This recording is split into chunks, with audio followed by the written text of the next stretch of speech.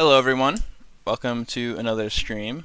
Uh, Man, I really cut it close this time. I was playing some arena, and I really cut it close to that 1 p.m. time that I said that I'm going to stream at. So I'm a little out of breath. I was really getting everything ready at the last possible second. So I do apologize for that, but I did make the time that I have set for myself, so happy about that. We're going to be talking about all of the red cards in Amonkhet today, starting with On Crop Crasher. This is a card that I am pretty excited for. I know that red deck wins is something that's quite strong, and I think On Crop Crasher goes great in it. Preventing things from blocking when you're trying to race your opponent is surely like a good way to just, try and get their life total to 0. And when you factor in cards like Hazoret the Fervent as well, which I'm going to be talking about later today, On Crop Crasher just looks great. It's cheap, it has haste. If you're on the play and they stumble with their curve, you can already get 3 damage in. And there's a lot of other cards in this curve, such as Soulscar Mage and many others. Some from Hour of Dev, one being, I believe it's called Earthshaker Kenra. And yeah, On Crop Crasher, I think it's going to be a great card. And one thing that's nice about it is that it's uncommon rarity. So you're not going to have to spend your rares on it. The difference between an uncommon and a rare is honestly massive. And yeah, I'm pretty excited for this card. Just the fact that I'm going to be able to use my economy on it without taxing my rares just sounds pretty sweet. Battlefield Scavenger. 1 and a red. Morning all afternoon for you. Yeah, it is. It's not quite morning or afternoon where I am. It's 1 p.m. So sort of in the middle, I guess. Yeah, Battlefield Scavenger, 1 and a red. You may exert Battlefield Scavenger as it attacks, and whenever you exert a creature, you may discard a card. If you do, draw a card. Not as excited for this guy as I was for On Crop Crasher. I mean, I kind of judge almost every card like this to Smuggler's Copter whenever it says you may draw a card if you do discard a card. But this is even worse because you have to discard a card and then you draw the card. So it makes it a little more awkward than Copter. And it has a smaller body, and it can't fly, and it doesn't have evasion from sweepers. I know Smuggler's Copter is fake news. 1 p.m. is literally afternoon. Oh yeah, that's true, because noon is 12 o'clock. Never thought about that. Learn something new every day. Okay. Battlefield Scavenger. Yeah, I'm not a big fan of this card. I think it's just a crappy Copter, and I know Copter is a big thing to compare yourself to. Not every card can be as good as Copter. But even so, I think there's just far better cards you can run in this spot. And Ninja, you're forgetting it is when you exert, so all your exerts. Even if it does it when it exerts, though, I guess I guess I did misread it a little bit, but even so, all this just for a loot effect, I'm still not sold. But yeah, I'll have to read the cards a little more thoroughly going forward. Early in the stream, what can I say? Streamer punts. But yeah, so whenever you exert a creature, you may discard a card. Not when he himself attacks. It's whenever you exert creatures. But even so, even taking that into account, I think this card's pretty garbage. And maybe that's because I think an exert deck is just not that good. I know there's Glorybringer in there. He is the golden star of exert decks, but you don't play Glorybringer so that you can put Glorybringer into an exert deck. It's just I don't know. I'm not a big fan. You think multiple Exert creatures can get insane? You can build the Exert deck, you can, but it's not one that I think I'm going to be playing around with too much. I think there's stronger decks that you can be going for. You said with discard effects, we do not have access to any Madness cards, so there's not many discard effects that I can't think of any off the top of my head. I'm sure there's probably some things you want to get into your graveyard, such as Repeating Barrage, I guess, would be good with Battlefield Scavenger, but that's not even close to Fiery Temper, you know? We don't have access to Fiery Temper, so it makes cards like Battlefield Scavenger, who I already don't like, makes me like them even less right now. Okay, Blazing Volley. 1 red sorcery. Blazing Volley deals 1 damage to each creature your opponents control. The enchantment that makes drakes. So you're saying you could throw that away because you have multiple copies and they don't stack well together. Yeah, I'm just not a big fan. It's just not quite selling me on Battlefield Scavenger. I mean, sure, you could do that, but that's not really getting value. That's just throwing a card away that, you know, isn't going to be as good for you when you have duplicates of it. It's not like you're throwing a Fiery Temper away and drawing a card and either doming them or taking out a Thalia or something. It's just not even close to that power level of Fiery Temper. Anyway, Blazing Volley, I just talked about, I read the description of this, and I think Blazing Volley is kind of meh. It might see some play against Anointed Procession in sideboard, but even that, I feel like there's just better cards that you can use instead of Blazing Volley. I think that there's tons of sweepers we already have access to. I'm forgetting the name of it right now, but I know there's a sweeper coming up with cycling, and I think it's from Hour of Dev, actually. It might be from this set, but it does 3 damage to all creatures. I think I'd much rather use that card than use a 1 damage effect. I just feel like 1 damage, even against Merfolk, and Merfolk can be quite small when they start. Even against Merfolk, I think the Merfolk can quickly outgrow this. Maybe you can cast it on turn 2, and they haven't gotten lucky with their Deep-Root Elite, where they can't grow them enough. But I don't know, man. It's just not what I'm looking for, that's for sure. Alright, Bloodlust Inciter. 1 red, and if you tap himself, he gives target creature haste until end of turn. I don't think this card's awful, but I also don't think it's something I'm going to be running with too much. When I think of this card, I think of like janky brews that you can play on stream and have a lot of fun with your viewers with. For example, Galta, 12/12 Trample. I feel like giving that haste could be fun. But then again, why wouldn't you just run Odapek Huntmaster, So, I'm not really sure. Like, even for the Dinosaur Galta decks, I just feel like I'd still rather have Odapect and Regisaur Alpha to give my things haste. If we're talking non-dinosaur decks, I don't know. Like we already have Oncrop Crasher, which has haste. We already have Hazoret, which has haste. We already have Glorybringer, which has haste. I feel like Bloodlust Inciter doesn't really give haste because all of the cards you have in your deck already have haste, Like, it just feels like it's not good for red deck wins, and I think you'd have to try it with a different color type, like, because red is already pretty hasty. Maybe red-green could work.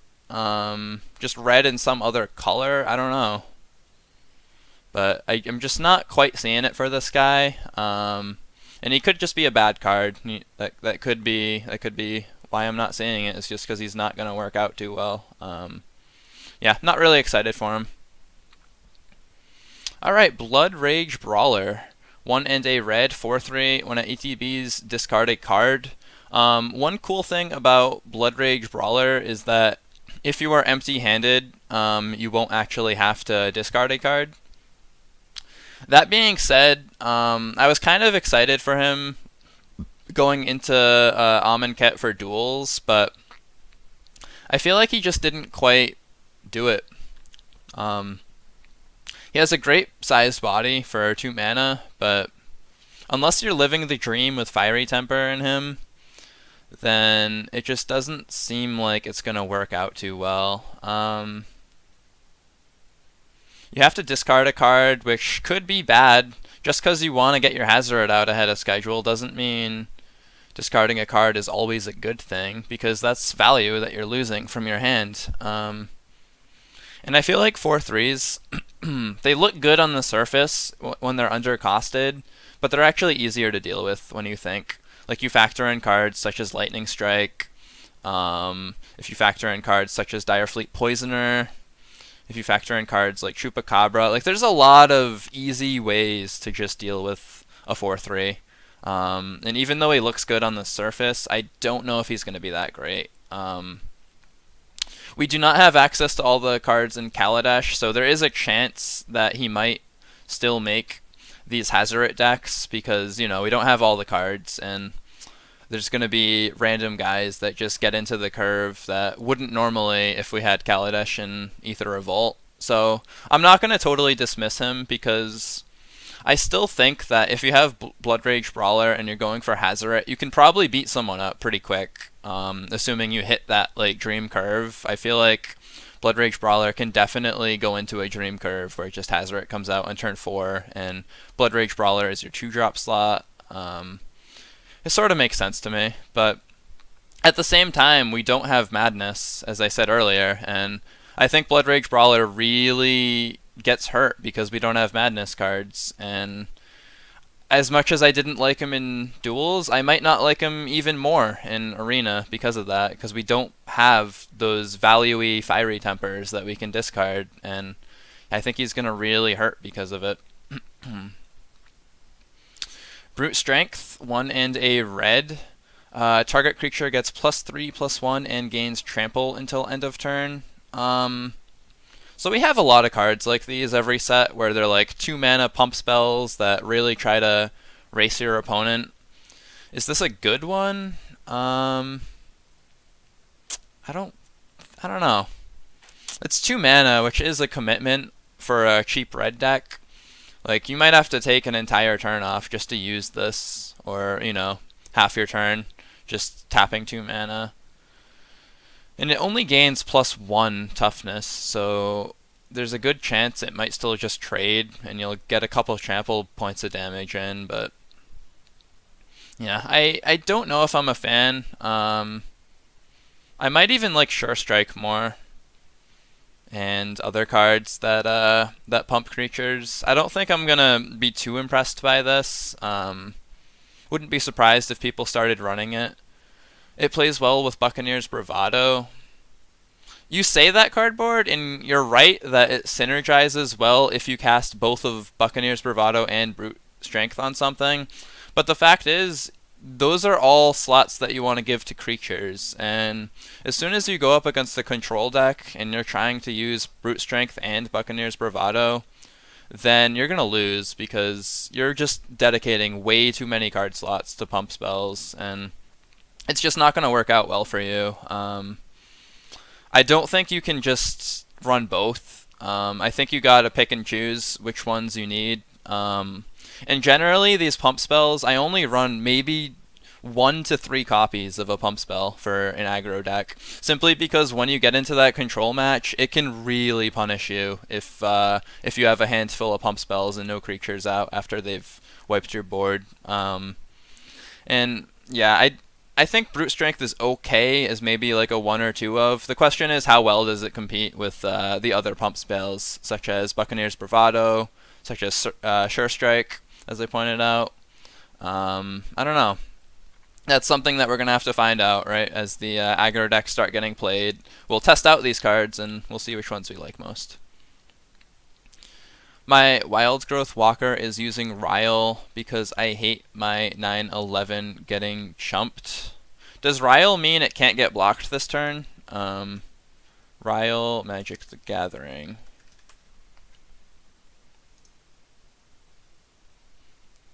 Oh, it gains Trample. Okay. Yeah, that's another one of those cards that can work. The way that I use my Wild Growth Walkers is I just run Rekindling Phoenix, and Rekindling Phoenix just flies over everything, whereas Wild Growth Walker just gains a lot of life, and it makes racing very difficult for opponents. But that's kind of another topic. I'm just sort of going into deck tech when I do that, so not going to talk too much about how I run my decks. I'm going to try to focus more on some of these cards, but if you're curious, that's just one strat I like to use. By Force, X and red sorcery destroy X artifacts. So I think this is pretty obvious that this card was put in specifically for Mardu vehicles. I noticed there's been a couple cards like this where they're just really good against artifacts, and I think this is one that the development team somewhere in the meeting room, they were like, okay, Mardu Vehicles is doing way too much work right now. Let's print something that's good against it. And I think By Force is kind of that card. Probably pretty garbage in it's probably pretty garbage in Arena because artifacts are not quite as much of a thing. I know there's God Pharaoh's Gift. I know there's Immortal Sun, but more often than not, artifacts don't come up. So I think it makes cards like By Force a lot worse. And it might not even be sideboardable, depending on how good the GPG deck is. That's how bad I think By Force might be. Using 4 Phoenix so that Brute spell is not as good as Ryle. Also Monuments. Monuments, that's Amonkhet. I guess we're still talking Amonkhet, huh? Yeah, I'm a little... So Brute Strength is not as good as Ryle. I don't know, man. Brute Strength can give your Phoenix +3/+1. But yeah, I'm kind of over Brute Strength. Let's talk about Cartouche of Zeal. 1 red, enchant creature you control. When it ETBs, target creature can't block this turn. Enchanted creature gets +1/+1 and has haste. I've actually had some success with this card in duels. I don't know if it's going to make the cut in Arena, but when I run it in my red deck wins and just give a creature that I have haste, I might run like 2 copies of Cartouche of Zeal just because I hate getting 2-for-1'd. But giving something haste can be quite relevant, or making it so something can't block, like that's also pretty good. I wouldn't dismiss this card totally as much as I dismissed, like, I was pretty hard on Bloodlust Inciter, but I think Cartouche of Zeal is on a much higher power level than Bloodlust Inciter. That being said, I don't think it's going to make the cut in my red deck wins deck. Not that Cartouche of Zeal is bad, I just don't think it's good enough. And like I said, I don't like getting 2-for-1, so if I can avoid it by not playing Cartouche of Zeal, it does make my experience a little bit better in Magic as a whole, not getting 2-for-1.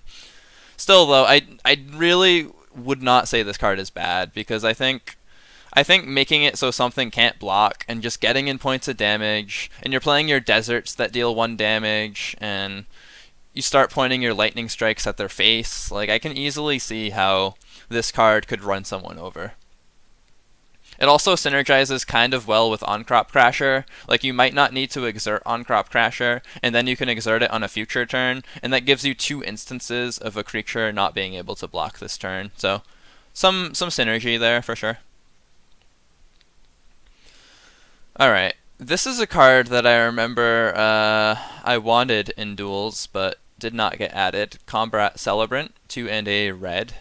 If Combat Celebrant has not been exerted this turn, you may exert it as it attacks.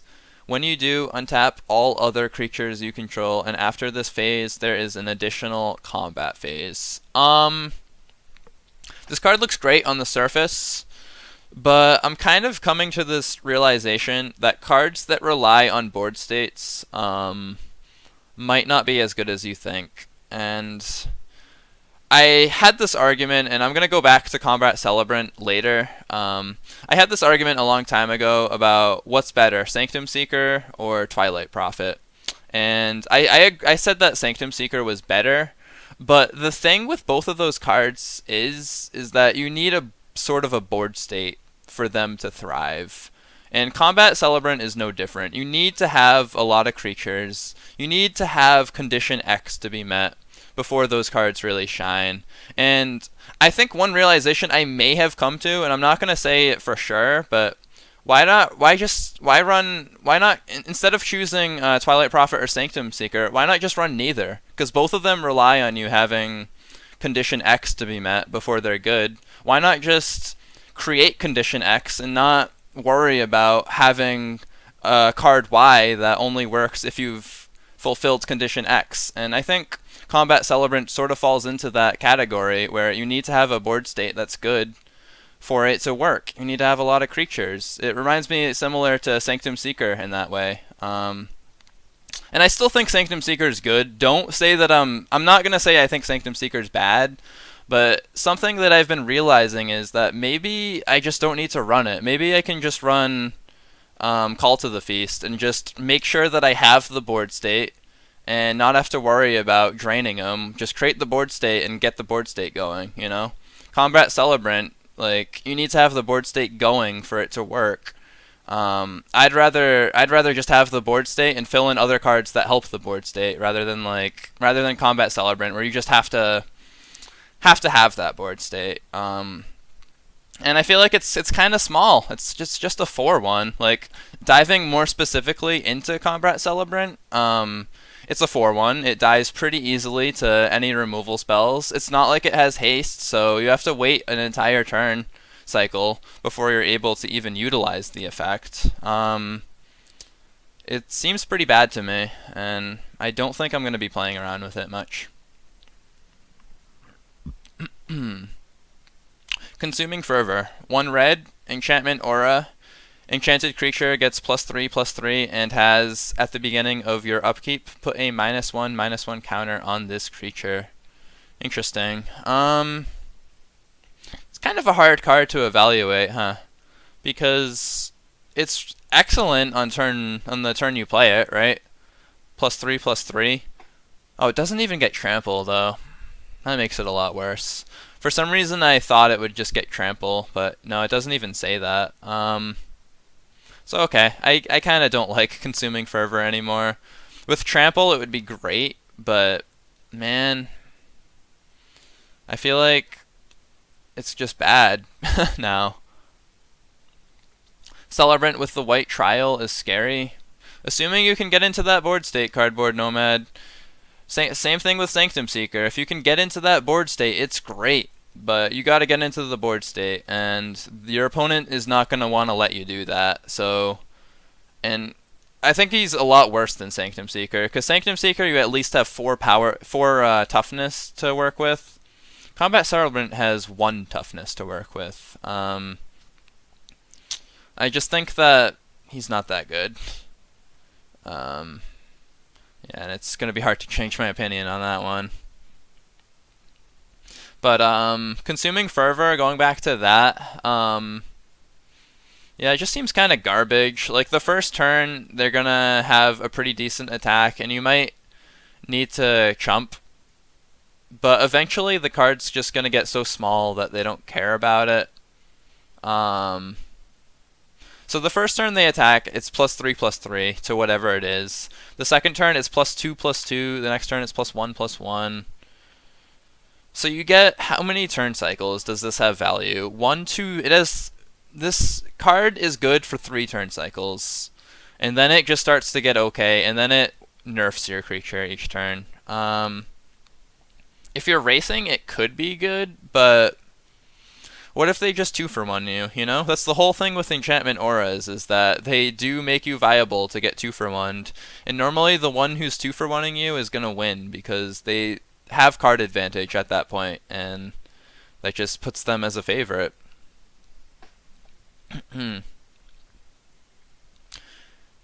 Excuse me. A little bit of a congested throat right now. Okay. Deem Worthy. 4 and a red instant. Deem Worthy deals 7 damage to target creature. When you cycle Deem Worthy, you may have it deal 2 damage to target creature. That with Sky Terror, again, you're running the risk of just losing to any removal spell that hits your Sky Terror, so it's a little risky, especially against control. Say a control deck has a removal spell that just deals damage, right? Doesn't matter, because when you enchant your Sky Terror with Consuming Fervor, they can just use it in response, you know? Unless the control deck is a little bit slow, maybe they're getting their Search for Azcanta down on turn 2, and they're on the draw, and you have your Sky Terror on turn 2, and on turn 3 you enchant it with Consuming Fervor. Maybe that works, but I don't know. How's red going? It's going okay.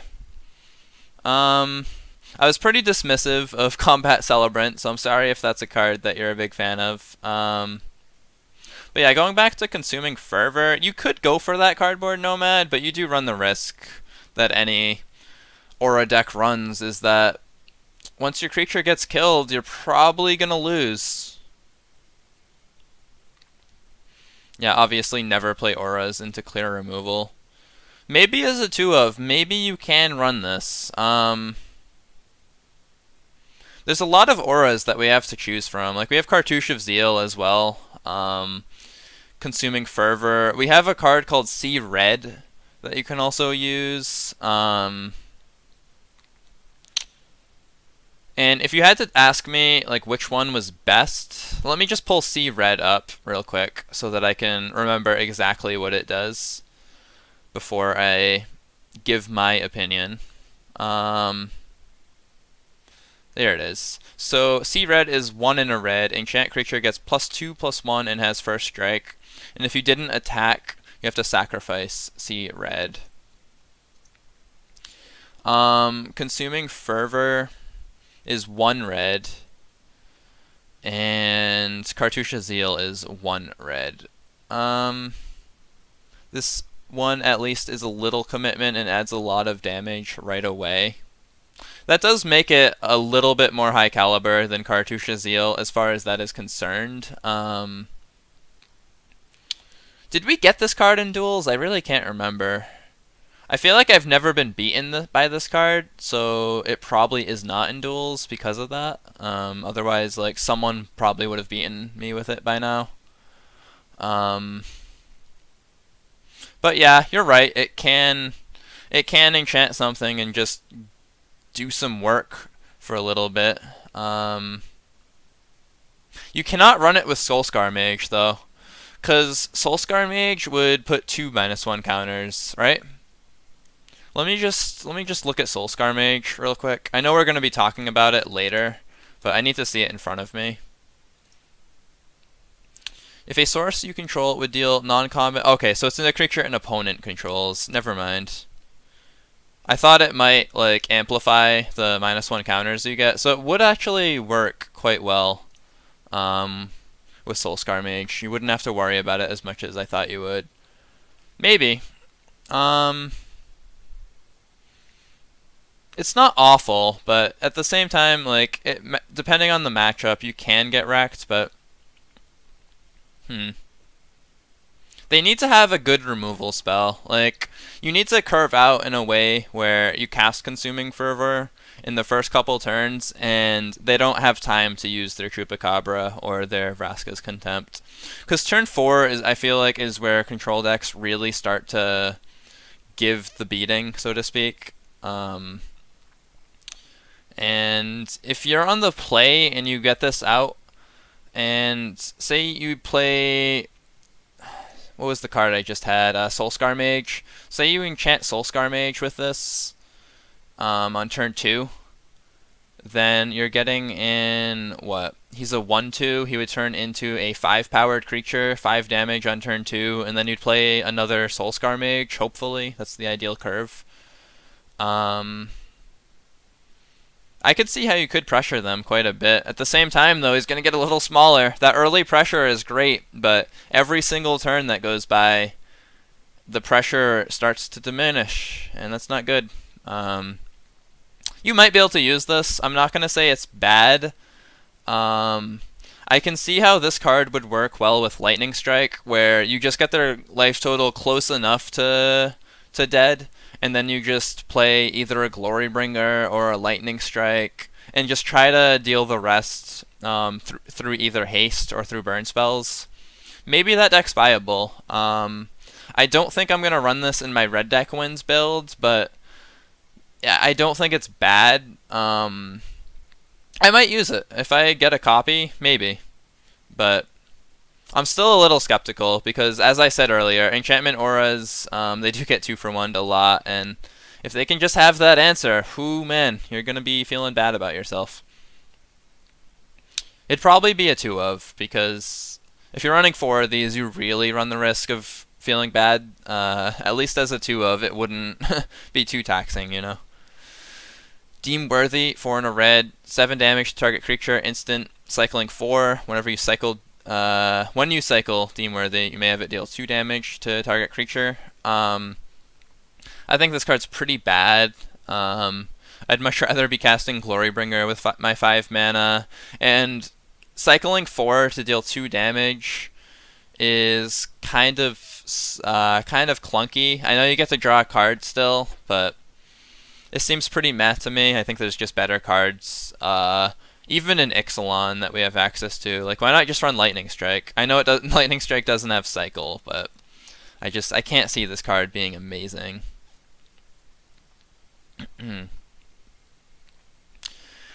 Desert Ceradon, 5 and a red, 6/4, cycling. I think this card's just pretty bad. When we're talking cycling, I think blue and white are great for it, but there's a reason that we didn't see many red cycling decks in Standard, if any, and it looks like it's because some of the cards that are in red cycling are just pretty meh. Yeah, I can't get behind Desert Ceradon, and I can't get behind Deem Worthy, so red cycling, it's like a Nombo combo for me. Electrify, 3 and a red, instant, deals 4 damage to target creature. I think this card is awful, and that is because I believe it could be... Okay, it is an Ixalan. Bombard, 2 and a red. Bombard deals 4 damage to target creature. This is 3 and a red, so it's just strictly worse than Bombard. No? Instant, deals 4 damage to target creature. Instant, 4 damage. Yeah, it's just a strictly worse Bombard.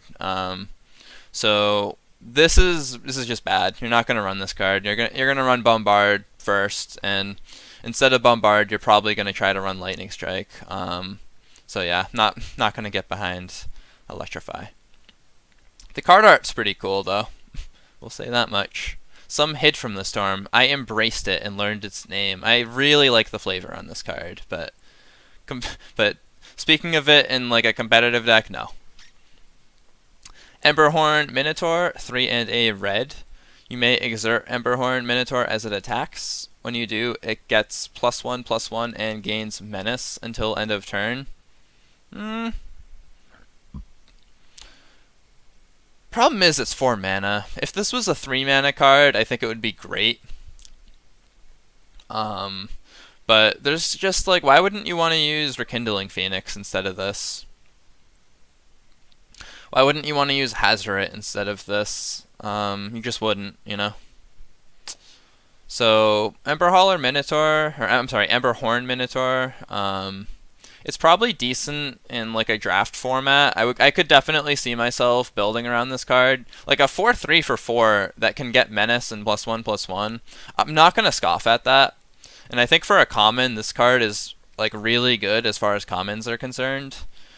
But compared to the other cards in the format, it's just not going to be doing it for you. But that being said, once draft becomes a thing and I see this card, I'm definitely going to prioritize it. Like, I think this is really good in draft. You can deal 1/4 of their life total after you exert it, and it has Menace, so they'd have to double block it. You're probably going to kill 2 creatures with that double block. And like, say you draft Consuming Fervor, you know, like this can get really out of hand. I can definitely see this as a good draft card.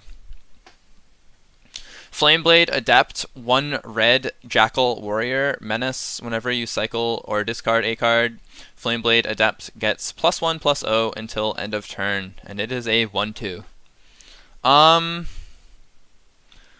This card's not awful. I actually did play around with it a lot in duels. Let's see, is Amonkhet draft going to be a thing? I imagine it will be current sets. That's a very good question, Cardboard Nomad, and one that no one has an answer to other than the devs, and I don't think they're going to tell us anytime soon. But yeah, are they going to give us draft in multiple sets? I would love it if they did. Imagine if we could draft Amonkhet. I would have so much fun. What I think it's going to be, and again, this is just my opinion. I have heard no rumors of this. This is just my thoughts, and I could be totally wrong. But they have previously stated that they don't want to split the population of the game into too many different game modes. And what I think an easy solution for that would be is that rather than just have Ixalan draft, they would rotate it, like maybe on a weekly basis. So this week, hypothetically, we would be drafting Ixalan, and then next week they would do Rivals of Ixalan, and the game mode would switch. It would switch sets every week, and next week you could do Amonkhet, and that way the population of the game would not be split into too many different game modes. You wouldn't have 4 different game modes that everyone is trying to do. You would just rotate the sets on a weekly basis, or maybe a daily basis. Who knows? Like, you could really tailor it how you want it, and I think that would be a good solution to that problem of people playing too many different playlists, or I'm sorry, game modes, and the population getting dwindled in that sense because of all of the different game modes people are playing. I think that'd be a great solution. Again, that's just an idea. I don't know what they have planned for us, but if they do indeed doing that, you heard it here first. Hope they do that. That would be awesome. But anyway, Flameblade Adept. I have played it in duels, and I've had a lot of fun with it. But I think part of the reason that I've had fun with Flameblade Adept is that Smuggler's Copter is a card, and Smuggler's Copter can cycle things for you, or discard cards rather. And there's also a card called Key to the City that I used this with. And Key to the City discards card, makes this a 2/2. We don't have access to either of those cards, so I think the power level of Flameblade Adept is just a lot worse right now than it was in duels. We don't have access to some of the cards that made Flameblade Adept really good. And I think it's just gonna kind of feel the pain because of that, because of lack of access to those cards. So it's a fun card, but I think it's not going to be too good in Arena. Okay, Fling, 1 and a red instant. As an additional cost to cast Fling, sacrifice a creature. Fling deals damage equal to the sacrificed creature's power to target creature or player.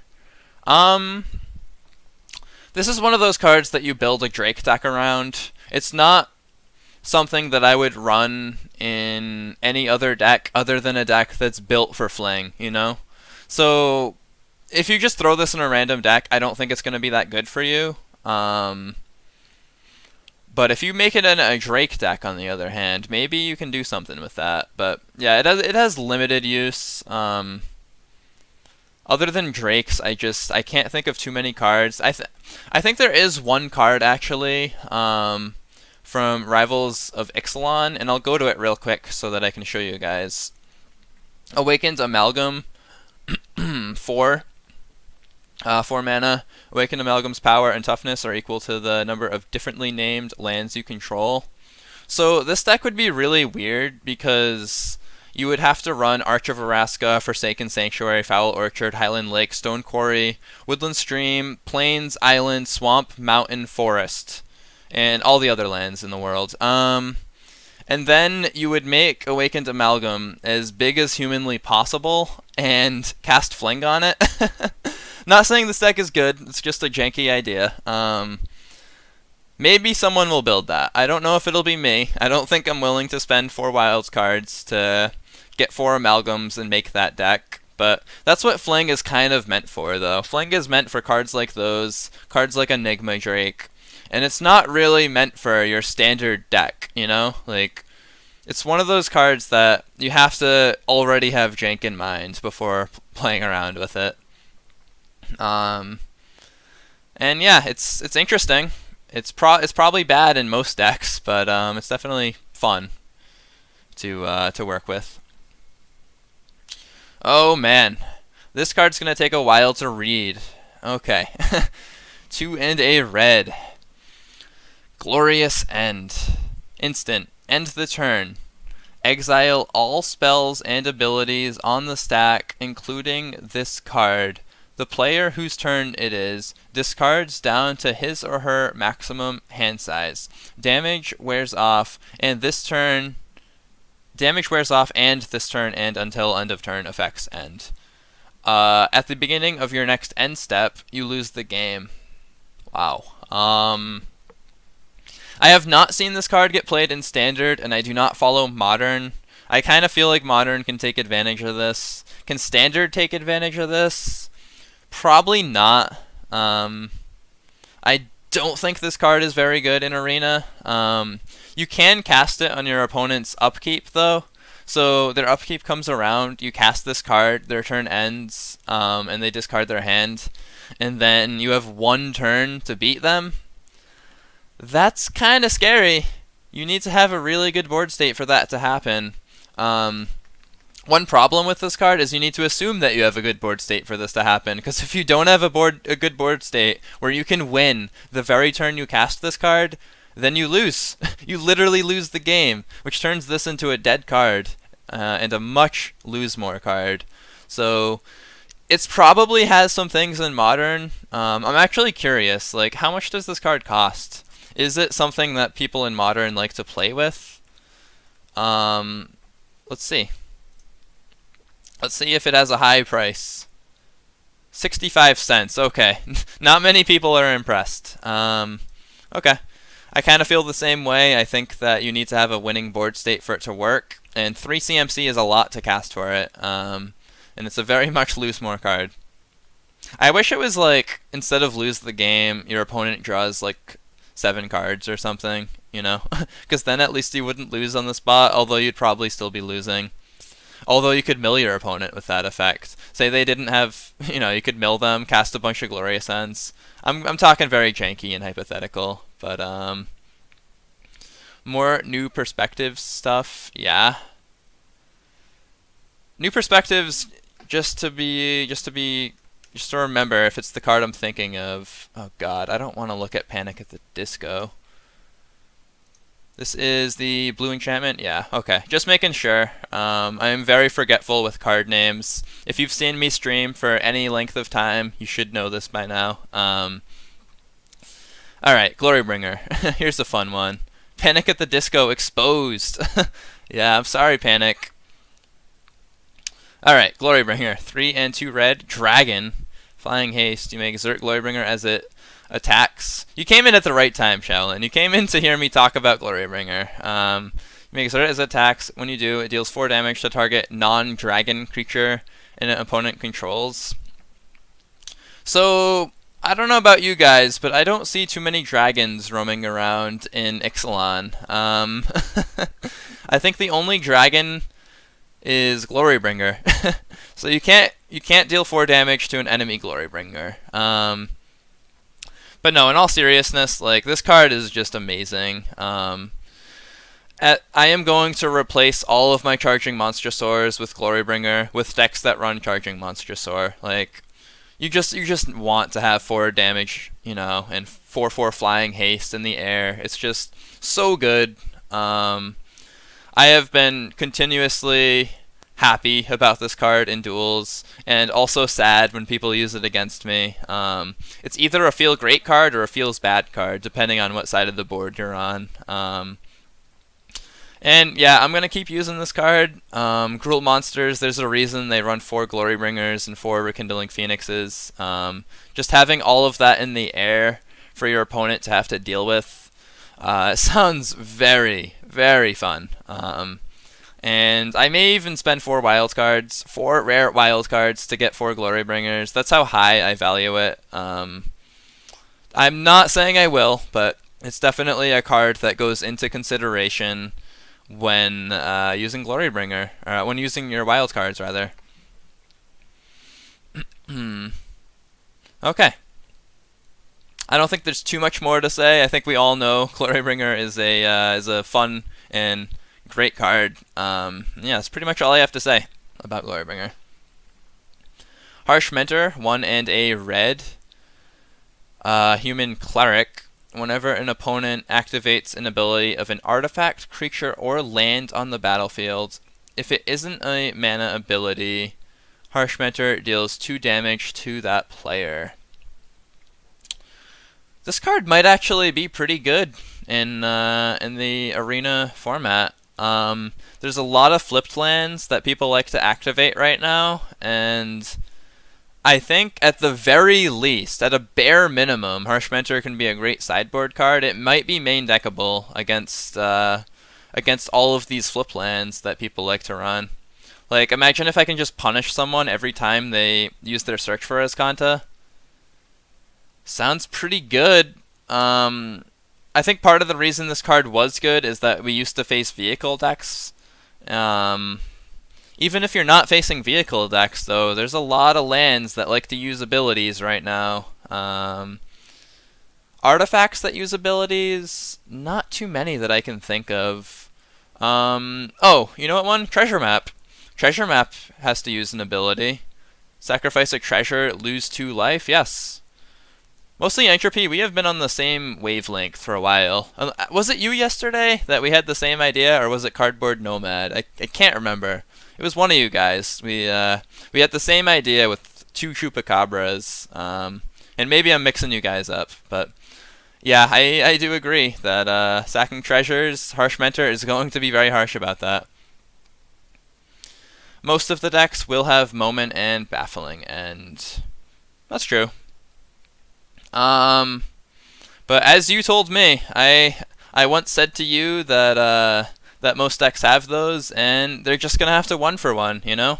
This is your 2-drop, and that's what this does. It trades with other 2-drops. And I think I agree with the point you made on that stream. Like, even if they have the Moments and Baffling Ends, I still think you run this card, and it might just eat them, you know? That it might just be a card that eats Moment of Craving, but at the same time, sideboarding this in and punishing any Search for Azcantas sounds pretty good.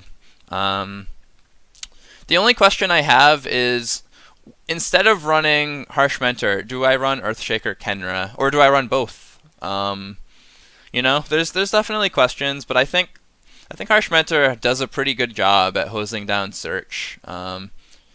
Just taxing the life total, right? And we have a lot of cards that can just take advantage of that 2 damage. Even if you get just 2 damage in with Harsh Mentor, even if it's just 2, I feel like cards like Glorybringer and Hazoret can try to take advantage of that.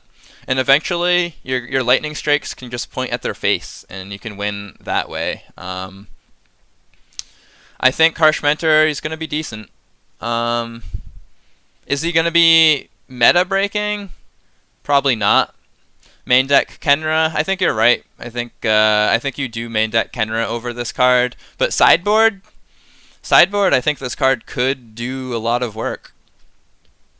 Yeah, Kenra is better, especially because the Eternalize and the haste. But still, I think Harsh Mentor is no joke, and I think it's an excellent sideboard pick. One of the better sideboard picks that I've seen. I know there's probably the argument between Harsh Mentor and Blood Sun, and if I had to choose between Harsh Mentor and the Blood Sun, I think I would choose Harsh Mentor, simply because it damages them instead of stops them from using them. I'd rather just deal a bit of damage. Sideboard both first control. Well, I think Kenra does go in the main deck. Unless you're talking about Blood Sun, sideboarding Blood Sun. I don't know if you want to sideboard both Harsh Mentor and Blood Sun. That sounds like you're having too many solutions to deal with one problem. Like you don't need to have that many solutions to deal with the the search for Askantas and whatnot. I would rather just run one or the other. And I'd probably choose Harsh Mentor over the Blood Sun, just because I like the fact that you can damage it, and then cards like Hazoret and Glorybringer can haste in and try to make their life total go down to 0. Mentor and Sun. Blood Sun seems so narrow, though. Might as well use Field of Ruin. No, that's a good point. Mostly Entropy. And that's kind of the problem I have with Blood Sun, is that it just feels really weird. Like, you're running a card that essentially negates a card in your main deck, whereas you could just run a Field of Ruin that goes in your mana base instead. You know? Like, rather than run a main deck card, or even a sideboard card that deals with it, I'd rather just Field of Ruin the threat. And, you know, all I have to do is splash one land to do that. Okay, Hazoret the Fervent, or the Pervert, depending on which version we're looking at. 3 and a red. God. Indestructible Haste. Blood Sun is good in Modern, where half decks run like 8 fetch lands.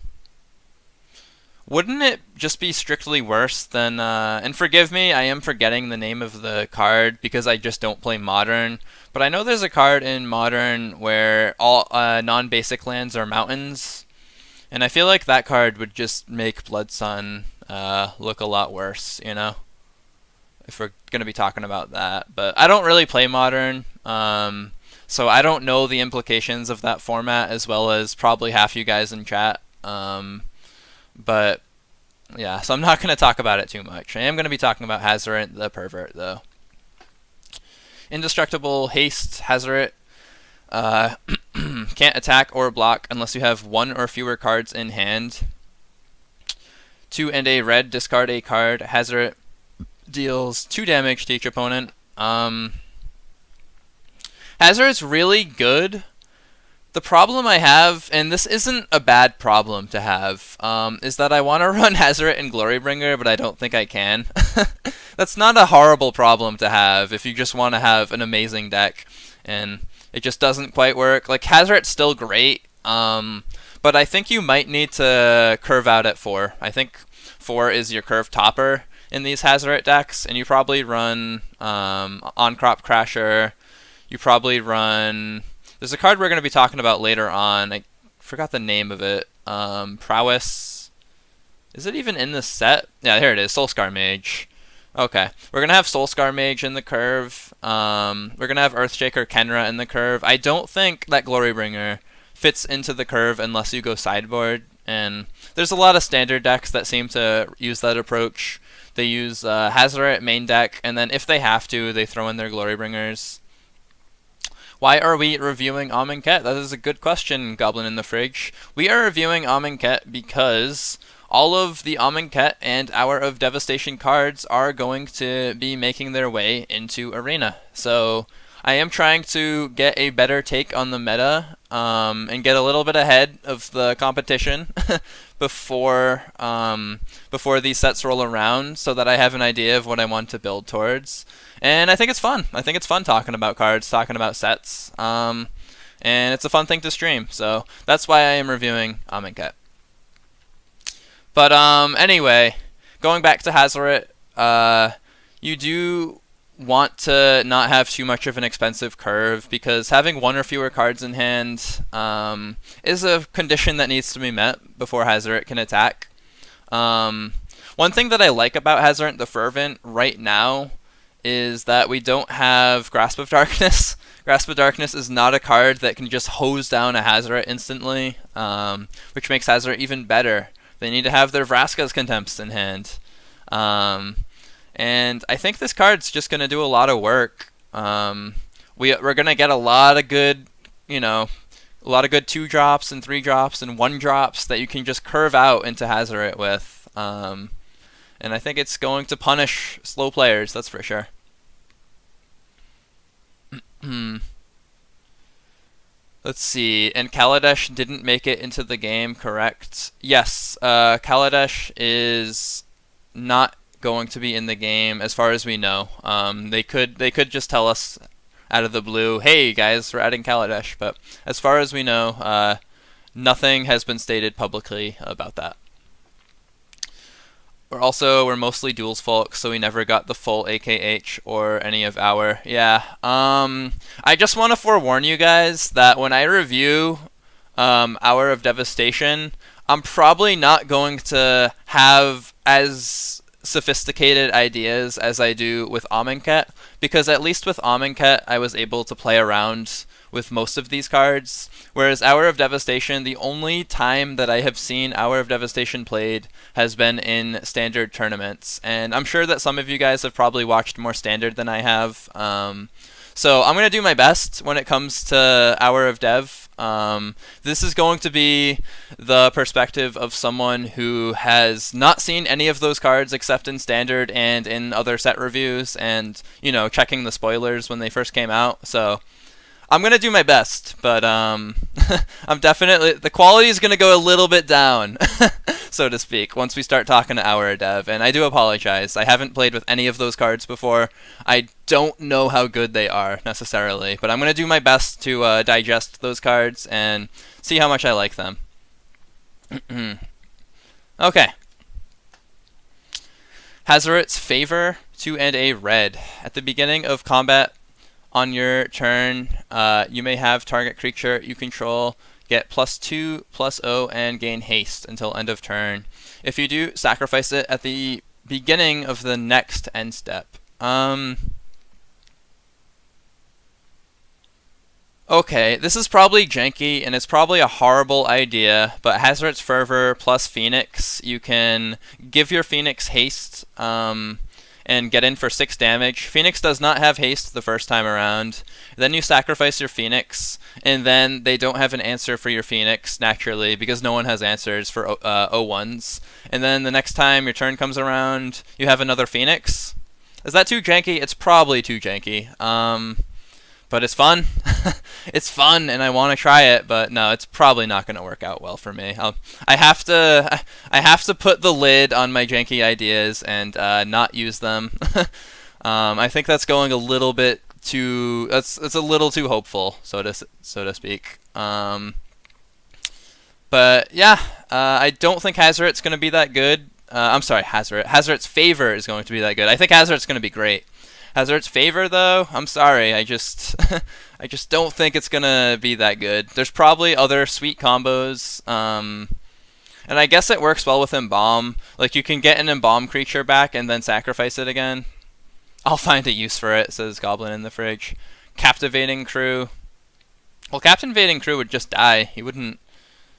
I don't get why he would want. I mean, I guess he could be a 5/5 trample or whatever he is, 6/6 trample. I don't like Captivating Crew. Angrath plus Favor, plus Hazoret's Favor. Yeah, that sounds fun. See, we're brewing up the jank right now, and this is good jank. Yeah, Angrath stealing something. You have your Hazoret's Favor out. It gets +2/+0, and even if it's a Ripjaw Raptor that wouldn't normally get sacrificed, it would get sacrificed because of Hazoret's Favor. I gotta say, that is a lot better than... And I'll see if I can find the card. Oh, I'm sorry. Is Captivating Crew... Hang on. I think I misread what Captivating Crew was. You're talking about... Let's see. I was thinking... when you said Captivating Crew, I was thinking of that guy that discards a couple cards, and if they share creature types, it makes them a little bit bigger. But I incorrectly... Yeah, I was thinking of Rowdy Crew when you said that. Captivating Crew, maybe you can build a deck around that. I'm down, dude. Janky, yes. Fun, yes. Captivating Crew, you steal their things. I like it. I like it. I can get behind that. Could just keep the same and just steal their creatures. Could just keep it the same and just steal their creatures. Yeah, I don't know, man. I think it's going to be pretty bad, but I will not hate anyone for running that deck. I'll applaud anyone who. Yeah, I had some slight issues on my end, Shard. Just now I had a slight spike, but it looks like it's gone. Anyway, Heartpiecer, Manticore. Would this go in your Fling deck or your Enigma Drake deck? Would I run Enigma Drake and Heartpiercer Manticore and just sack my Drake? It's always you, Shar. No, I definitely had a spike on my end just now, but I don't know if it actually went through to the stream or not. I can't say because I'm streaming, I'm not watching. Okay. Heartpiecer Manticore, it was pretty bad in duels. It's probably pretty bad in arena. You have to go for jank if you want to run some of these cards. Yeah, that's Rowdy, J-Wolf. Yeah, looks like there might be a little bit of delay right now. Because I was talking about Rowdy a little while ago. But, yeah, I don't think Heartpiercer Manticore is going to be that good. Galta plus Manticore? That sounds more fun. We'll see, Entropy. I can get behind Galta plus Manticore. You run 4 Manticores, you run 4 Regisaur Alphas, and you run 2 Galtas, and you try to work with that. Yes! That's the kind of jank I like to see. Yeah, I'm going to dismiss it as a bad card, but as a jank card, it's going to be quite fun. I ran it with my energy deck, was not bad with Pummeler. That's an interesting idea. Because Pummeler doesn't have Trample by default, so at least if you can get it to be big enough to kill them in one sweep, you can at least sacrifice it to your Manticore, rather than, you know, it getting chumped by a 1-1. But, yeah, we're definitely in Janktown. Hazoret. Well, I wouldn't want to run it with Hazoret. I don't want to sack my Hazoret. I would hate to sack my Hazoret. Hazoret's so fun. Hyena pack, 2 and 2 red, 3/4. We don't have to talk about this. Limits of Solidarity, 3 and a red. Gain control of target creature until end of turn. Untap that creature. It gains haste until end of turn. Cycling 2. Meh. Just an expensive steel spell that has cycle attached to it. No thanks. Sorry if any of you guys like this card. I think the art is pretty cool. Like, look at the arena in the background. It's pretty badass. Magma Spray. Instant, 1 red, deals 2 damage to target creature. If that creature would die this turn, exile it instead. I know this card sees the rounds in Standard, but I'm just trying to think of how you use this card. I guess you trade with Phoenix and then you Magma Spray the token. The problem with that line, though, is you're still losing value, you know? That line assumes that you're going to have to 2-for-1 them still, and that's not fun. I know this card can do great against the Scarab God, and that's probably one of the main reasons that it's used in Standard. I kind of wish there was a better card that could exile than Magma Spray, because Magma Spray is just 2 damage, you know? Imagine if we had like a card that could deal X damage and exile, and then we could use that to deal with gods. That would be fun. Magma Spray, it's sort of a feels bad card, because when you kill their Phoenix, you're 2-for-1ing yourself, and you probably have to use it in conjunction with another card if you want to deal with Magma Spray. So I don't like the card that much. I realize why people play it, and I realize why it has a place in Standard. That doesn't mean I have to like it. It's just, it feels very unimpactful in that you're like having to lose value. And one thing that Nate Price and I have in common is that we both love sweet, sweet value. Sweet, sweet value.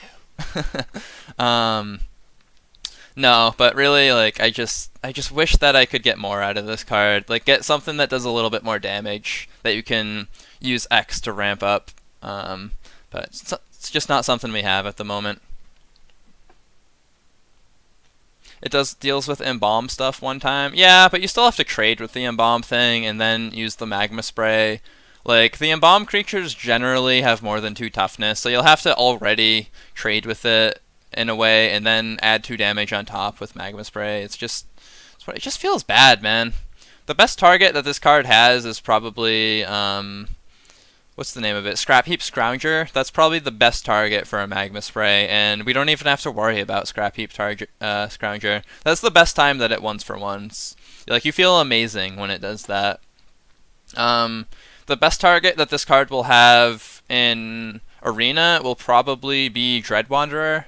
I would be quite happy to hit Dread Wanderers with this. But most of the time, people like to use it in conjunction with a trade. They'll try to trade with Phoenix, and then they'll use Magma Spray. It depends on your interpretation of value. Spending 3 mana to kill a 4 mana creature is value. How would Magma Spray kill Hazoret? Because Hazoret has Indestructible, J-Wolf. Did they have a way to remove Indestructible and then exile it? I just don't see how Magma Spray would kill a few Hazorets. Little confused. Oh, maybe with Soulscar Mage. Huh. I can see how it would work with Soulscar Mage. I bet that's probably how the combo worked. I guess I have a interpretation of value similar to Nate Price, where it involves card advantage, and not getting 2 for 1'd. And I just feel like 2 for 1ing, it's just not a feeling that I enjoy very much. So that's why I'm kind of cynical on Magma Spray. I understand why it has a place in the meta, but I like my sweet, sweet value, man. Still a cheap answer to early Merfolk, Mana Dorks, and Red Creature. That is a very good point, mostly Entropy. I think out of the sideboard, your Magma Sprays do get a lot better, especially against Merfolk, Mana Dorks, and Red Creatures. When you think about it against Earthshaker, whatever Kenra it is, Magma Spray is great. You don't have to worry about that card eternalizing. Magma Spray does kill Hazoret. No, it doesn't. Because Hazoret has Indestructible, so it wouldn't die this turn. It would not die to Magma Spray unless there was a Soulscar Mage on the board that would allow that to happen. But yeah, no, I agree with you mostly, Entropy. I think that that's a really good sideboard suggestion. Facing those Merfolk decks, I'll tell you, having 1 mana answers to Merfolk is going to feel so good if I can get that going. Just have 4 Magma Sprays and deal with all those Deeproot Elites and all those Merfolk Mistbenders. I would love that. Good for killing Chupas. Yes, that is very good for killing Chupas. Yeah, there is serious chat lag. The best thing I can suggest is maybe refreshing, and that might help, but other than that, maybe it's just a big delay. I don't know, but try refreshing. Maybe that'll help. Okay, Manticore of the Gauntlet. 4 and a red creature Manticore. When creature of the Gauntlet enters the battlefield, put a -1/-1 counter on target creature you control. Manticore of the Gauntlet deals 3 damage to target opponent.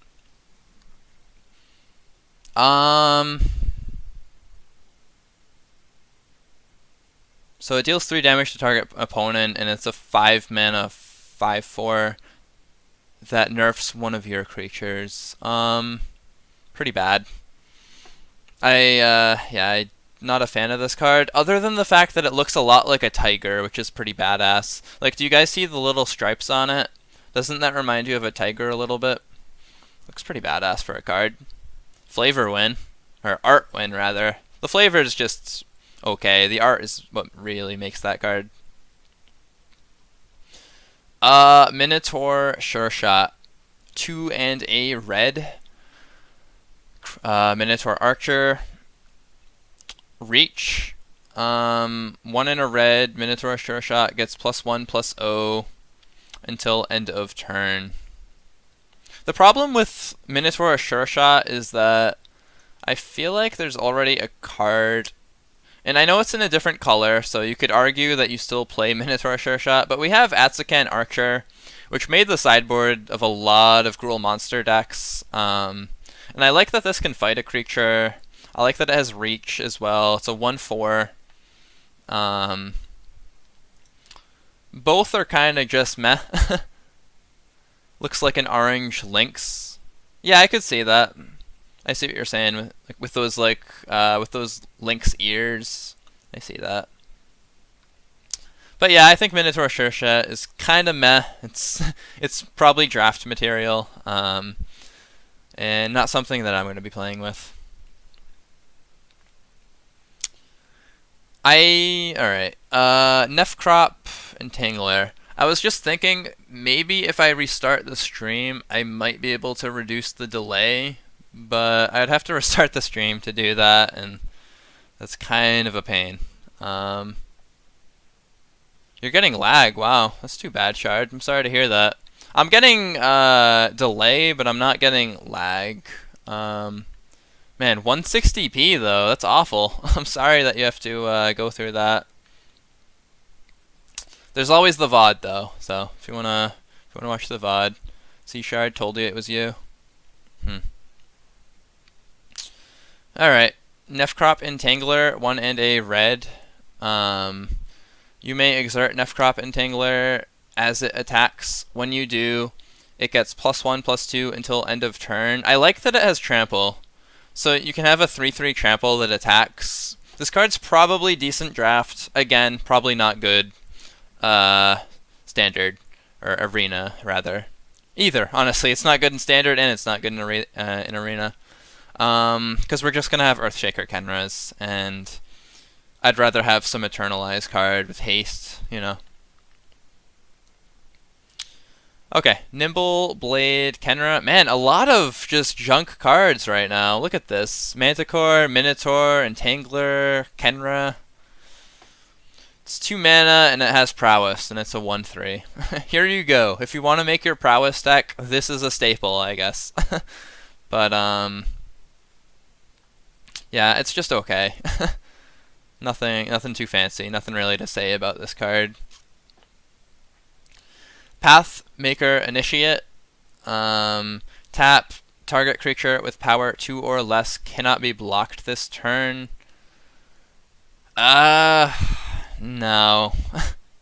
I can't get behind this card. First of all, it can't make itself unblockable. If it could make itself unblockable, because it has to tap itself, don't forget. So, not even Pathmaker Initiate can find the path for itself. It has to find the path for another card.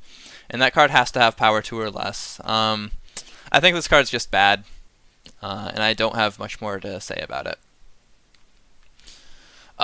Pursue Glory, 3 and a red. Instant. Attacking creatures get +2/+0 until end of turn. Cycling 2. Yikes. Pathmaker Initiate works good with fire-breathing creatures. What do you mean fire-breathing? Because Glorybringer has 2 power. So when you say fire-breathing creatures, is there some other card that I'm not thinking of? Because Glorybringer could still get blocked because it has power 4. I'm a little confused. Is there a card that you're referring to? It's an enchantment. Creature gets 1/1/0. Yeah, I don't know. Let me look that card up just real quick, just for Shard's sake. Fire breathing MTG. Oh, it's not even in standard. Giant creature gets +1/+0. Oh, I see what you're saying. Okay. So you enchant the creature, and then you pump it after the fact. You pump it after the fact once it can't be blocked. Okay, anyway. Or Prowess. This is the Prowess line right here. Yeah, I guess you run your Soulscar Mage and your Pathmaker Initiates, and then you cast. Let's see if I can find the card. You cast a bunch of Brute Strengths, and because he can't be blocked, you combo him off. So it's a combo deck. You run Soulscar Mage, you run Pathmaker Initiate, and you run like 4 Brute Strength, and one turn you just try to go ham. Um, I don't think that's a very good deck, but hey, it's a combo. Fathom Fleet, Firebrand. Yep, that's another card that would work. It's an effect that's on cards. That would work. Sadly, it has a costly version of Fire Breathing. Fire Breathing is the general term for the ability. Oh, okay. I did not know that. When you say Fire Breather, I'm just like, oh, Glorybringer. It's a dragon, and it breathes fire with its exert effect. But no, that makes a lot more sense to me. I can understand why I was confused now. Wow, I almost just skipped Skullscar Mage. How mad would you guys have been? I like almost missed it. I was just gonna go straight to Sweltering Suns. Don't even talk about this card, right? Here's a card that I am sure that almost everyone who plays duels to some capacity is angry that we did not get this in duels. I wanted this card so badly in duels, and the fact that we didn't get it was just, it felt so bad. Especially with snakes in the format. Like, I really wanted to combat the snakes deck with Skullscar Mage, and I never got to experience that because they never gave us Soulscar Mage. And yeah, I've always wanted to play around with this card. And I think Prowess just really good, especially if you're running a bunch of instants and sorceries. And the fact that you can permanently just nerf something. Imagine casting your Lightning Strike and it just making it -3/-3. Like, it's just way better. And I have just such high hopes for this card. I'm very excited to play around with it. And I think you could even make a janky Prowess deck with it. Like, what if you run your 4 Nimble Blades, and you run your 4 Soulscar Mages, and you run your Pathmakers, and then you run your Pump Spells. And let me go back to it real quick. Brute Strength, you run your 4 Brute Strengths. Like, even in janky decks, you can have fun with Skullstar Mage. Yeah, I think it's just going to be a fun card, and at the very least, it's a 2/3 if you cast an instant or sorcery. Worst card in the set, TBH. Advanced Halo, who's a friend of mine, is a big fan of this card, so that's the sort of inside joke between us, for any of you guys that are curious. Yeah, I'm quite excited to just be throwing tons of minus counters on cards, and the one problem with it is it does depend on how many removal spells you run. How much burn are you running to make your Soulscar Mage great?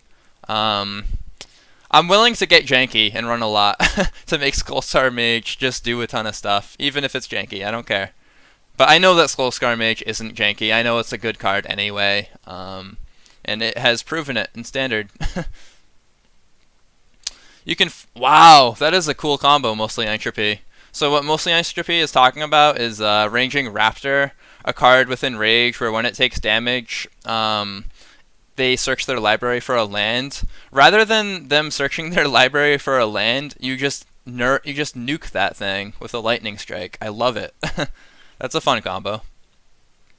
That doesn't just apply to Ranging Raptor either. Any enraged creature in Ixalan and Rivals of Ixalan, anyone, as long as you have Soulscar Mage and you start throwing removal spells at them, or burn spells, I should say, then they're not going to get their enrage triggers. It's going to be really fun. Like messing up Savage Stomps. Imagine they try to Savage Stomp you, and then you just have removal spells open, and they get minus counters, and their Savage Stomp just completely is like, turned off. Like, that would be amazing. I love Soulscar Mage for the fact that it can just ruin Dino decks. Any enrage card, oh man. Okay. Sweltering Suns. 1 and 2 red. Sorcery. Sweltering Suns deals 3 damage to each creature, and it has cycling. That's nice. This is a card that I've wanted in Arena for a very long time because of Merfolk decks that just run me over. The best thing that we have right now is Golden Demise, and there's a card from Ixalan that I'm going to pull up real quick for you guys. See if I can find it. Fiery Cannonade, here we go. So the best 2 sweepers that we have in Arena right now are Fiery Cannonade and Golden Demise, both of which only deal 2 damage. 2 damage. This one deals 3 for the same CMC. So I think this card's just going to be great. It's going to completely outclass those cards. I know the 2 red can get a little awkward when you're trying to cast it, but I don't think that really matters. I think it's going to be fun. And just the fact that you can cycle it too. Say you run it in like a control deck, you know? Grixis control or red-blue control, like some control deck, and then you cycle it because you're not even facing a go-wide deck. It's great, you know? Like, even if it's bad, you still get to cycle it and draw another card. Like, you wanted this card so bad in duels. I did too, Goblin. I did too. And we never got it. But yeah, I think this card's going to be great. No problems. I know 2 red is a bit awkward. I guess that would be my only nitpick to hate on the card, but I think you're going to find ways to run this card. I think you're going to have Phoenixes, and you're going to be able to make this card work pretty well. Thresher Lizard, 2 and a red. Thresher Lizard gets +1/+2 as long as you have 1 or fewer cards in hand. Doesn't kill a Danto. Not many things kill a Danto. A Danto is the whole point of a Danto is that it survives. Don't hate on Sweltering Suns, man. That's one of my favorite cards in red. This and Skullscar Mage and Glory Bringer. There's a lot of fun cards in red, but those 3 are probably the top of the list. And don't forget, just because you can't kill a Danto doesn't mean you can't have a Soulscar Mage that can kill an Adanto, you know? Yeah, nothing in red does really... I mean, you'd have to have Skullscar Mage to deal with Adanto Vanguard. Okay. Anyway, back to Thresher Lizard. I actually tried to run this card in duels, and I know this card's janky, but I had a deck that essentially tried to go Hellbent and give me like 1 or fewer cards. And having this as a 4/4, even then, it didn't feel that great. This card's going to be bad in Arena, and you're not going to change my mind about that one. Tormenting Voice, 1 and a red. As Tormenting Voice, as an additional cost to cast Tormenting Voice, discard a card, draw 2 cards. It's kind of like a crappy Cathartic Reunion. Like, I really wish I could have Cathartic Reunion, but I guess this'll do. The question is that card better than... And I'll pull the card up so you guys can see. Oh, wrong set. I'm sorry. This is actually a card from Rivals of Ixalan that I'm looking for. It'd be helpful if I look at the right set, correct? Let's see if I can find it. Pirate's Pillage. As an additional cost to cast Pirate's Pillage, discard a card. Draw 2 cards and create 2 colorless treasure artifact tokens that you can sacrifice them to add any mana to your pool. And I think most of you guys would think that Tormenting Voice is better because it does not have a converted mana cost of 4. But, and this is a big but, there is a card that is called Treasure Map, where those 2 treasures that that Pirate's Pillage makes can actually be sacked and draw you more cards. So in that deck, I think Pirate's Pillage is better. I think in most other decks, Tormenting Voice is better. But I don't know if I'm really going to run either of them that much. They might go in some niche decks, but yeah, I don't think either of them are a Cathartic Reunion, that's for sure. Rip Cathartic Reunion. Alright. Trial of Zeal, 2 and a red. Can I hate on this card, or did Sam Black run it? Every time I see a trial or a cartouche, I'm like, did Sam Black run this card? Is he going to disprove me? When Trial of Zeal enters the battlefield, it deals 3 damage to target creature or player. When a cartouche enters the battlefield under your control, return Trial of Zeal to its owner's hand. I don't know. I feel like it's kind of bad. I know that you can recur 3 damage a bunch of times, but you also need to not get 2 for 1s. Like, say they just have a removal spell open, you get 2 for 1, and this deck just sort of falls apart. You watch it fall apart live as that happens. And I think that Scarab God decks, there's going to be Scarab God decks that run 4 Vraska's Contempts, 4 of them, and if you kill Scarab God, well, first of all, this doesn't kill Scarab God, he has 5 toughness. It doesn't kill Glorybringer. Like, I just feel like this card is pretty bad. And I'm sorry, I don't care if Sam Black runs weird trials and cartouches. If he ran this card, I still disagree with him. I don't think he did, though. I think his was a white-black deck, and he splashed a little bit of red for Bomat Courier or something, from what I have been able to understand. And I think this card's pretty awful, because you're just going to get 2 for 1 with Vraska's Contempt, and it's going to feel bad. Alright, True Heart Twins. You may exert True Heart Twins as it attacks, and this is 4 and a red, by the way. Whenever you exert a creature, creatures you control get +1/+0 until end of turn, and it is a 4/4. Is this card better than Glorybringer? No, it is not. It is not better than Glorybringer. It is a lot worse than Glorybringer. I guess if you're running your everything exert decks, this is going to be the queen of your exert deck, and it'll just do a ton of work, but generally speaking, I think this card is bad, and I think the exert decks are not going to be that great. Riot, oh no. I'm hating on Trial of Zeal, I'm sorry. I know there's some delay. You're probably rioting about my Trial of Zeal commentary and not my True Heart Twins commentary. And if you want to defend True Heart Twins, like, I'm sorry, man. I'm sorry for hating your card. But anyway, I'm not a big fan of True Heart Twins. I'm probably not going to be running this red exert deck that everyone is raving about, and I know not many people are raving about it, but just trying to create funny commentary. And I don't think True Heart Twins is gonna do much work for me. Violent Impact. 3 and a red, destroy target artifact or land, and it has cycling. I actually like the fact that this card can hit lands and the fact that it has cycling. Of all of the red cycling cards, other than, let's see if I can find it. Where are you? The card I just reviewed, the Sweeper. It just had it up, Sweltering Suns, there we go. It's not even that good in my exert deck? Wow, Shardat. Damn, doesn't even make exert decks, feels bad, man. And it's an uncommon. You think an uncommon card could make your exert deck, but I guess not. But anyway, going back to Violent Impact, I think this is probably the second best cycling card in red that we have to... I keep freaking missing Sweltering Suns. I keep scrolling past it.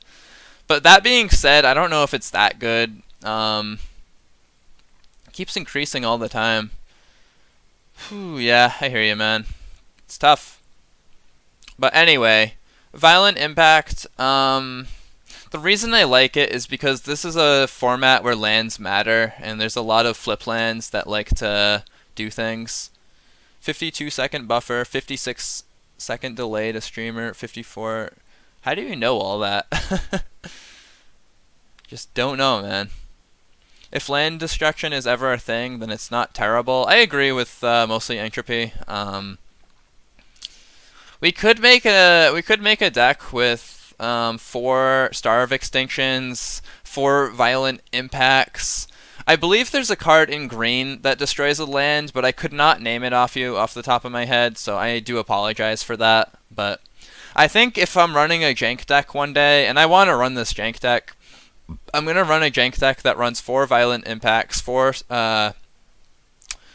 Starve Extinctions, and then as many land destruction things as I can find. And that's going to be fun. I'm probably going to lose the majority of my games with said deck, but that doesn't matter. That doesn't matter. I'm ruining your mana base, and it's great. But yeah, I don't think this card is going to be very good. Maybe Entropy could be right if Land Destruction starts to become a thing, but probably not. It's probably going to be a bad card that I run in my janky decks because it's fun too. Are we getting masterpieces? No, we are not getting masterpieces, J Wolfinator. Otherwise, I would be reviewing them.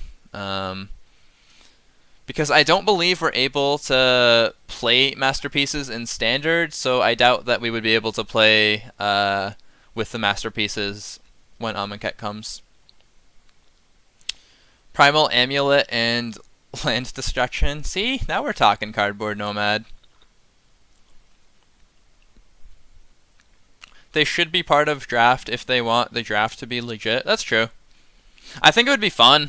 I think if they added these, it would be quite fun. Like, especially if you draw one in draft and get to play it. But I still kind of doubt it.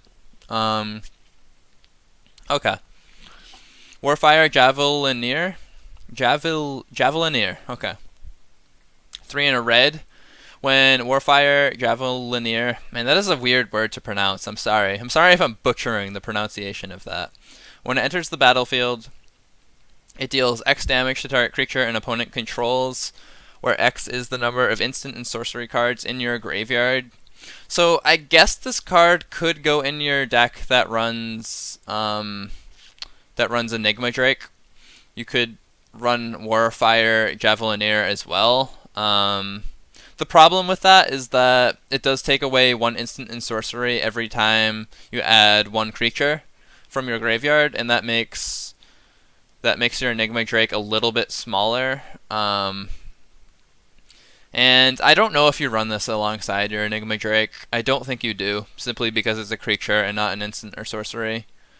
I think it's a good draft card. I think if you have a deck with enough spells, you can put this in draft and you have a 2/3 body that can deal like 3 or 4 damage to something when you get them out. But talking strictly arena, it's not going to be that good. Okay, last card. Insult to Injury. Damage can't be prevented this turn. If a source you control would deal damage this turn, it deals double that damage instead. Aftermath, Injury deals 2 damage to target creature and 2 damage to target player. It's not awful. The thing with this card is it feels pretty janky in duels, and most of the time it is, but when it goes off, you feel amazing. But I think part of the reason you feel amazing when it goes off in duels is the fact that people fog you and then you play Insult, and it just makes you feel even better about your Insult. Or fight Javelineer, like Chupacabra, but terrible. That's a good way to put it, Cardboard Nomad. Because yeah, it's the same converted mana cost, but they're both 4 drops. But one destroys target creature and one requires instant and sorceries in your graveyard for it to really work. But yeah, going back to Insult Injury, I don't think it's going to be that great in Arena.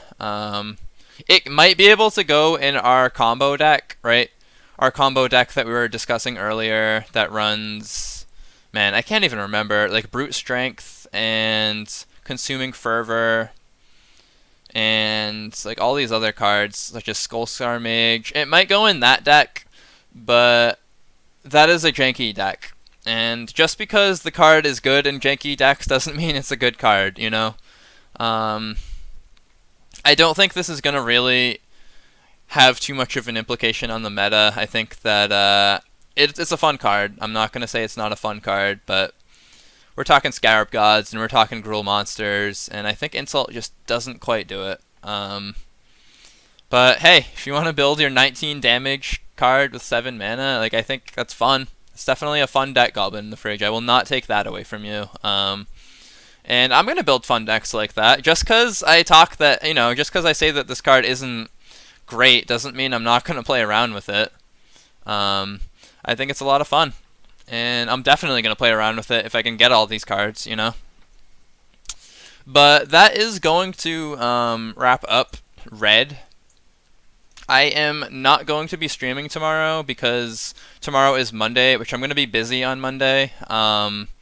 So I do wish I could stream. I have enjoyed the series quite a lot. I will tell you guys straight up that not playing duels is one of the best feelings ever right now. Like, if you're a streamer and you stream duels, then one of the things that you're trying to do is not stream duels, because we're playing Arena and it makes duels feel a lot more stale. So I have had so much fun with this series. Like, I actually want to stream again, which is a very strange feeling because for a long time I didn't want to stream because of duels. I just felt like, okay, I gotta stream this game that I don't even want to play. I actually want to do this. I'm having a lot of fun with it, and I really hope you guys are enjoying it. We have how many more days to go? We have green on Tuesday, multicolored, and artifacts on Wednesday, and then there will be 6 more days devoted to Hour of Devastation, and I'm having fun with it. And I hope you guys are too. And yeah, hope you guys enjoyed, and take care. I will see you guys next time. Thanks for watching.